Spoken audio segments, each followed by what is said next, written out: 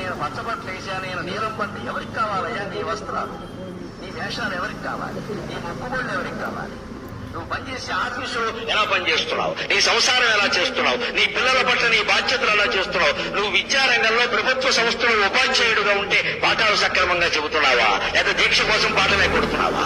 దీక్ష కంటే కూడా పాఠమే ముఖ్యం. ఎందుకంటే అక్కడ జీతం తీసుకుంటున్నాం మనం ఖచ్చితంగా. ఒక నేరస్తులలో దీక్ష పట్టిన వాళ్ళు ఉంటున్నారు అంటే దేశం ఏ స్థాయికి వెళ్ళిపోయిందండి. ఎంత సిగ్గుగా ఉంటుందండి. స్వామి భక్తులుగా, శబరిమల భక్తులుగా మనకి ఎలా ఉంటుంది అది? అయ్యో, దీక్ష ప్రభావం ఏం లేదా?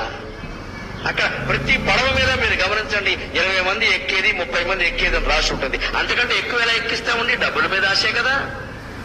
వేరే పర్మిట్స్ ఎలా తీసుకుంటామండి? డబ్బుల మీద ఆశే కదా.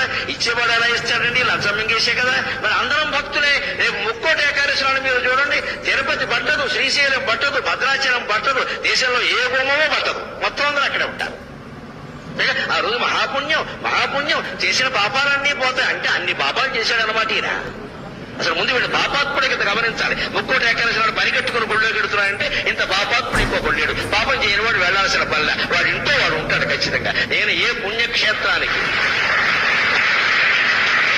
ఏ పుణ్యక్షేత్రానికి, ఏ పుణ్యతీర్థానికి, ఏ పుణ్యతిథి నాడు నేను వెళ్ళాను. ఎందుకంటే నేను ఏ పాపము చేయలేదు, పోవలసినవి ఏం లేవు. నాకు అవసరం లేదు వెళ్ళవలసింది. ఈ పిచ్చి వదులుకోండి దయచేసి. ఎందుకంటే ప్రమాదాలు అక్కడే జరుగుతున్నాయి. ఒకే క్షేత్రం, ఒకే రోజు, ఒకే సమయం. గోదావరి పుష్కరాల్లో 30 మంది ఎందుకు చచ్చిపోయారో అందరికీ తెలుసు.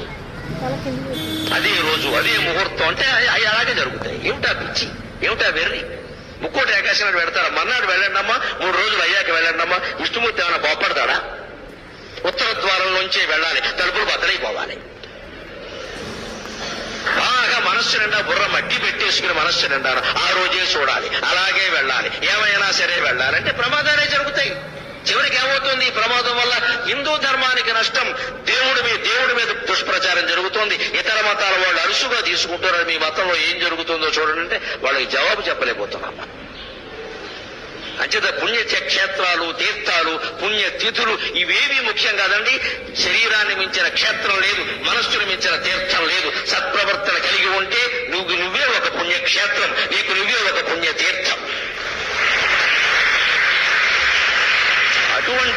అటువంటి మానవత్వాన్ని నింపడానికి, సాటి మనుషుల పట్ల సానుభూతితో ప్రవర్తించడానికి, పరోపకారమే జీవితంగా బతకడానికి ఈ నా ప్రసంగం ఏమాత్రం ఉపయోగపడినా నేను ధన్యుణ్ణి. నాకు ఈ 4 మాటలు నేర్పిన మా అమ్మ ధన్యురాలు. స్వస్తి.